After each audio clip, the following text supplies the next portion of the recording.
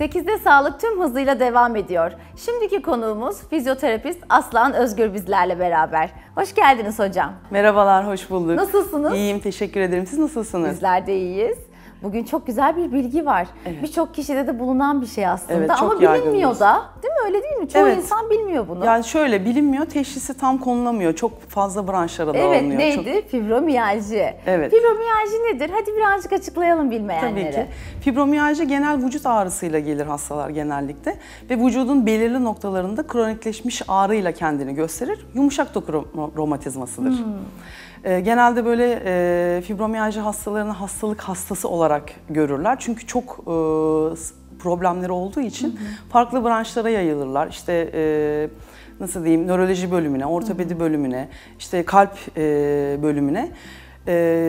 Oralarda sıkıntısı olmadığını artık hani belli ettikten sonra kişi tamamen vücudunda belli noktalarda ağrıları hissedip onları basıyla işte kontrol ettiğimizde artık bütün o sıkıntılarını toplayıp fibromiyalji teşhisi konuluyor. Peki nasıl konuyor bu teşhis? Şöyle konuyor, bir ekarte edilerek konuluyor fibromiyalji teşhisi.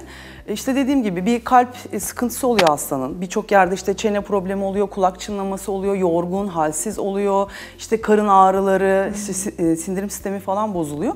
Onlarla alakalı branşlara gittiğinde diğer branştaki doktorlarımız bizimle alakası yok denildiğinde işte fizik tedavi doktorlarına ya da işte fizyoterapistlere geldiğinde biz belirli zaten 18 noktamız var bizim. 18 noktada basıyla uyguladığımızda belirli noktalar, onları zaten söylerim size. 11 tanesinde hassasiyet varsa fibromiyalji teşhisi konulur. O şekilde konuluyor.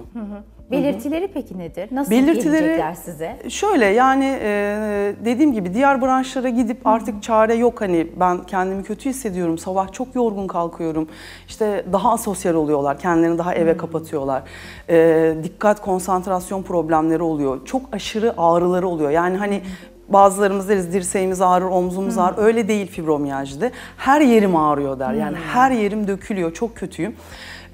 Ve biz de işte doktorlarımızdan geldikten sonra belirli noktalara dokunduğumuzda ya da işte genel sistemik bozukluklarını da birleştirdiğimizde evet bu hastamız fibromiyalji hastası deyip o şekilde tedavilerini uygulayabiliyoruz. Peki fibromiyalji, az önce noktalardan bahsettiniz. Evet, bu noktalar nelerdir? Şimdi 18 noktamız var. Biz buralara bası uyguladığımızda 11 tanesinde evet hassasiyet var dediğimizde fibromiyaljidir diyoruz. 11 tanesi dediğiniz böyle çift olarak değil herhalde, değil mi? Yani genelde çift oluyor. Yani genelde böyle simetrik oluyor. Yani o şekilde bası yaptığımızda 11 tanesini yakalayabiliyoruz. Yani 9 noktanın 6'sında ya da 5'inde çift olarak ağrı varsa bu kişide fibromiyalji diyebiliyoruz. Ki hemen hemen hepsinde bile olabiliyor. Daha farklı noktalarda olabiliyor. Dediğim gibi çene eklemi problemleri oluyor.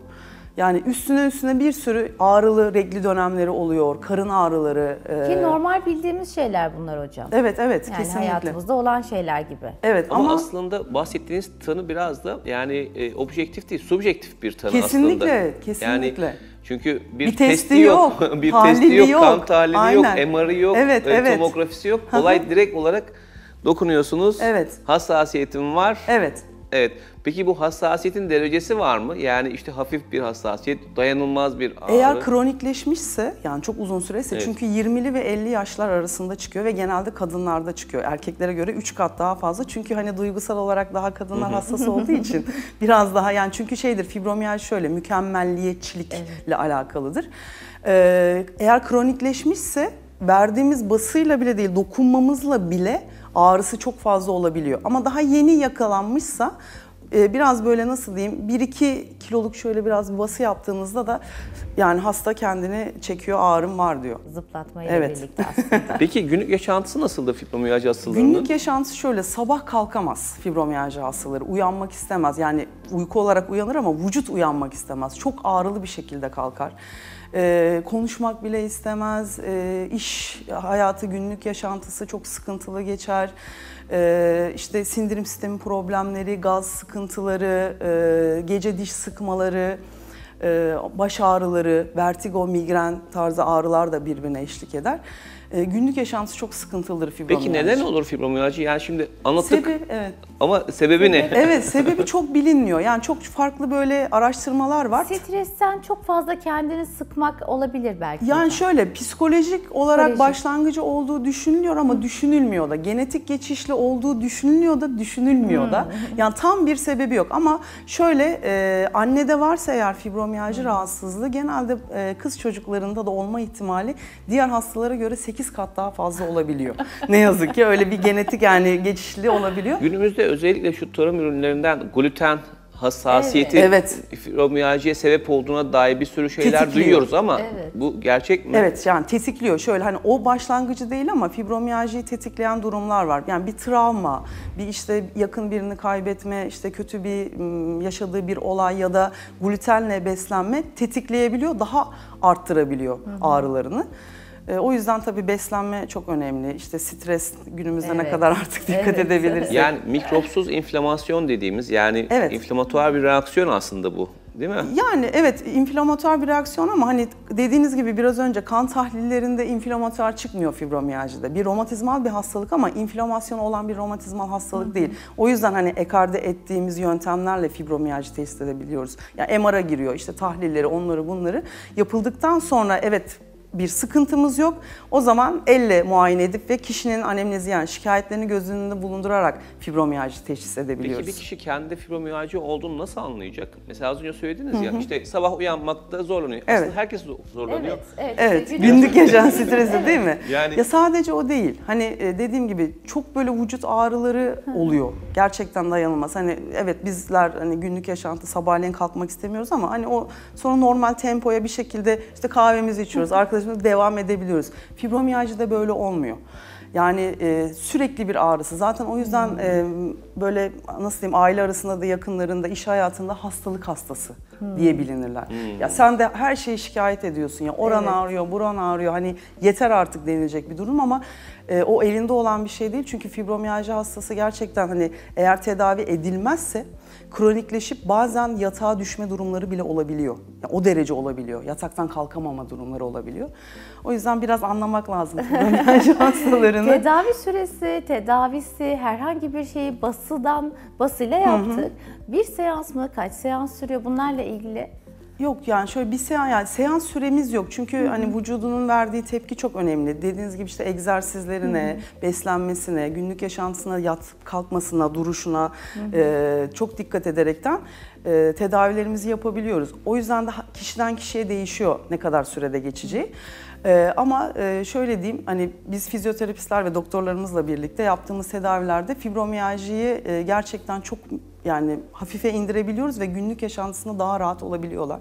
Genelde şey derler, fibromiyajinin tedavisi yok derler ama günümüzde ben var diyorum. Çünkü uğraşıyoruz biz yani fibromiyalji hastalarıyla. Yaptığımız birçok teknik var. O teknikleri kombinleyip birleştirdiğimizde fibromiyalji hastalarına çok yararlı oluyoruz. Peki bu tekniklerden biraz bahseder misiniz? Yani böyle sıralama olarak işte bu kaplıca terapisi mi, spor terapisi mi, egzersiz mi, masaj mı nedir? Şöyle yani ileri tıp dediğimiz yani güncel tıp olaraktan dediğimiz yöntemler var. Bir de geleneksel dediğimiz yöntemler var. Bunun ikisinin birleşimiyle yapılan bir tedavi şekli fibromiyaljiye yaklaşım. Bunlar mesela kuru iğneleme tekniği. Kuru iğneleme. Nöral terapi, akupunktur yöntemleri, PRP uygulanabiliyor. Yani hep böyle fibromiyajda tetik noktalar olduğu için aynen oraları iyileştirmek üzerine yapılan tedaviler. Medikal masaj çok iyi geliyor. Kayropraktik uygulamaları, manipülasyon, mobilizasyon kesinlikle omurgayı yerleştirmek için çok çok önemli. Ondan sonra hacamat gerçekten çok faydalı yani. Egzersizler bir kere mutlaka yapılmalı. Yani ağrılı noktalarını geçirdikten sonra kişi normal hayatına devam ederse fibromiyalji kısır bir döngüde tekrardan başlayabiliyor. O yüzden fibromiyalji hastalarının hayatında her zaman egzersiz olmak zorunda. Yani hareketli bir hayat olacak. Evet. Bu şekilde tedavimizin vücut gelişimi. Çalışacak sürekli diyorsunuz hocam. Aslında olacak. Çalışmayan demir paslanırdan var ya atasözümüz, aslında oradan geliyor bu da. Kesinlikle oradan geliyor. Peki %100 tedavisi var mı ya da %100 tedavi ettiğiniz ya da tedavi olmasına vesile olduğunuz insanlar var mı? Deneyimleriniz? Kesinlikle var. Yani hastamız da eğer dediklerimizi düzgün bir şekilde yapar, hayatına oturtursa kesinlikle yurt dışına da gönderdiğimiz, işte ülkemizde de olan fibromiyalji hastalarımız var. Peki kaplıca iyi gelir mi fibromiyalji hastalarına? Şöyle, kaplıca, yani fibromiyajide çok güzel bir soru. Şöyle bir durum var. Çok sıcak durumlara, havalara ya da sulara hassasiyeti olan fibromiyalji hastaları da var. Soğuğa da var. Yani o kişinin sıcaktan daha çok ağrıları da artabiliyor. Soğuktan çok da ağrıları artabiliyor. Yani direkt şunu söyleyemiyoruz. İşte sen soğuk uygula, ya da sıcak uygula diyemiyoruz. Ya bizim yaptığımız yöntemlerle çok daha iyi oluyorlar. Rahatlamasını sağlıyorlar. Doğru söylüyorsunuz hocam. Peki masaj teknikleri olarak mesela fibromiyalji hastalarına mesela sürekli masaja gidin. Hani bazı insanlar masaj yaptırırlar ya sürekli kendine. Thai masajı, Bali masajı. Bunlar gerçekten aslında fibromiyalji hastalarının hani alışkanlık yapıyor bazılarına.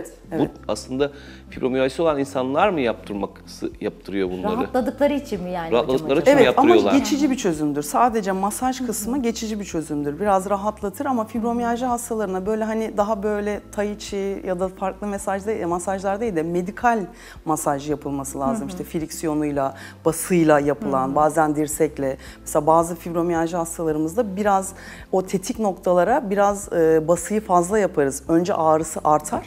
Ondan sonra yavaşlamaya başlar. Ya da hafif yapabiliriz. Yani illa bir medikal masaj yapılması lazım. Son bir şey soracağım. Tabii. Pilates işe yarar mı? Kesinlikle. Ama aletli pilates diyorum fibromiyajide. İnanılmaz çok faydalı. Biz fibromiyalji hastalarımızın işte kaslarını ve tetik noktalarını rahatlattıktan sonra en çok önerdiğimiz şey reformer pilatestir. Fizyoterapist eşliğinde yapılan. Çünkü neden? Artık kasları rahatlattık, gevşettik ve kendini iyi hissettikten sonra reformer pilatese gittiğinde oradaki amaç şudur: kasları uzatmak ve postürü düzeltmek. O yüzden reformer pilates fibromiyalji hastaları için birebirdir. Ama kaslar rahatladıktan ve tetik noktaları geçtikten sonra. İlk başta yaparlarsa kas daha gergin olduğu için daha sıkıntı yaşıyorlar. Evet, haklısınız. Şimdi bütün seyircilerimiz aslında ağrım var, İşte halk dilinde siz bana böyle söylüyordunuz ama bakın ben fibromiyalji hastasıymışım diyecekler sizin sayenizde. Çok güzel bilgiler verdiniz hocam. Çok teşekkür ederim. Çok sağ olun. Bugün bizlerle fizyoterapist Aslan Özgür beraberdi ve 8'e sağlık tüm hızıyla devam ediyor.